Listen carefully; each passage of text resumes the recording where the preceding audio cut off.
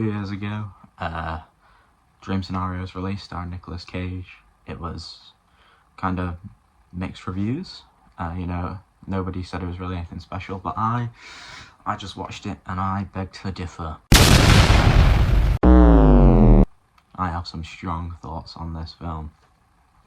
So, I'm gonna go off Letterboxd rating scale here. It had 3.4 average. I would say that's unfair. I would say it's 4, maybe 5, but I would also say it is one of many of A24's misunderstood gems. This is in the same pond as Under the Silver Lake with Andrew Garfield. That film is incredible.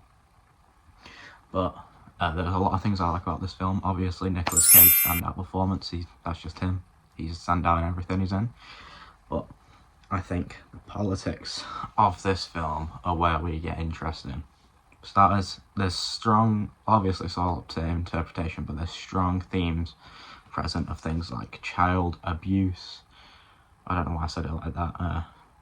Themes of child abuse and cancel culture, but it's not like woke lefties type of film. It is a leftist film, which I can appreciate because I am obviously left leaning, if you couldn't tell from my personality. Yeah, I think the cinematography is incredible. I think the concept is kind of genius.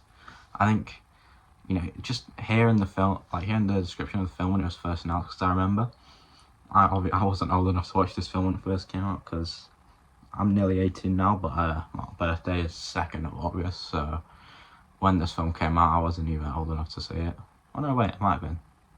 No, I don't think I was. I think I was a few months away. I don't remember. All I know is I didn't see it in the cinema, but I've finally seen it now, obviously. And, this whole thing leaning into cancel culture and stuff with this protagonist, which, obviously spoilers in this video, he appears in people's dreams and they start off all harmless. It's like a weird thing, this guy's in our dreams and we've all got one collective subconscious, whatever. And then it progresses more and more into him doing darker things in the dream and everyone taking that out on him taking out on him, even though he's not really done anything, because it's not actually him in the dream, it's just somebody with his face.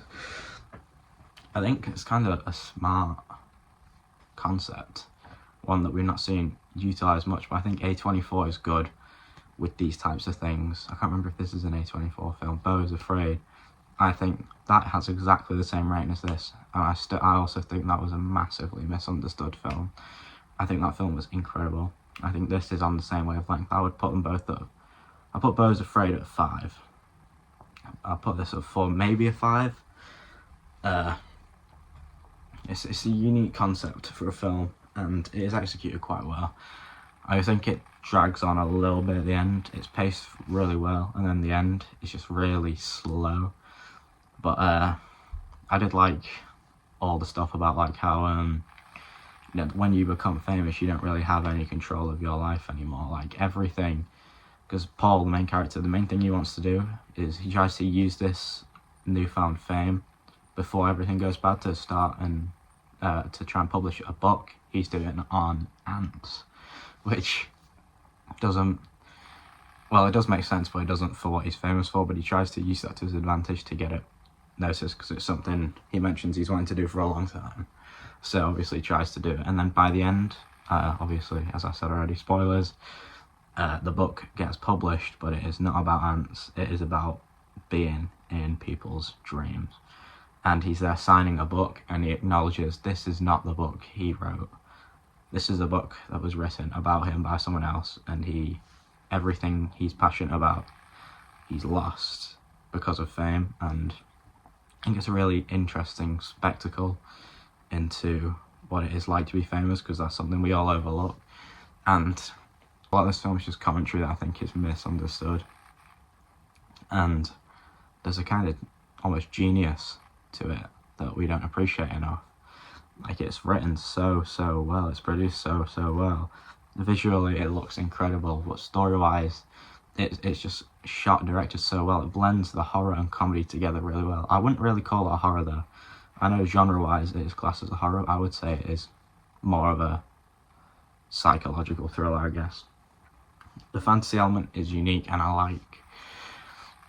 Well, I don't just like it. I quite love this film. I almost admire it. It's brave in a way of what it's saying. Like it. How do I put this? It's brave. It like mixes themes of like child abuse, which, while it's still like a massive issue in society today, massive. Sorry. It's kind of, in my mind at least, as a 17-year-old, it is kind of like this older thing when you think of, like, if you think of hating your child as discipline, right, you think of like the 50s or some shit. So blending that with like this modern theme, with like these modern themes of just like cancel culture and stuff, and you really do feel for Paul in this film, because he's just like being forced through all this stuff, like everything. People are starting to hate him. There's people breaking into his house, graffiti, like vandalizing his car, all sorts. And by the end, he's almost made out to be a villain, even though he's done nothing wrong. And I just think it's so interesting and bold to mix these kind of two, like, time period different-y things together, if that makes sense. And it works together really well. If you watch the film, you'll understand what I'm saying about the child abuse themes. If I wanted, I would get detail in it, but I don't want the video to get taken down, because this is my first review on YouTube in a few months, and I would like for it to not get taken down after I put effort into editing it. So, yeah, I think this might just be A24's misunderstood masterpiece. Sorry, this is kind of a short review, but there will be more coming soon, I promise. I will do better. I'm not religious. I don't know why I did that. I'm sorry.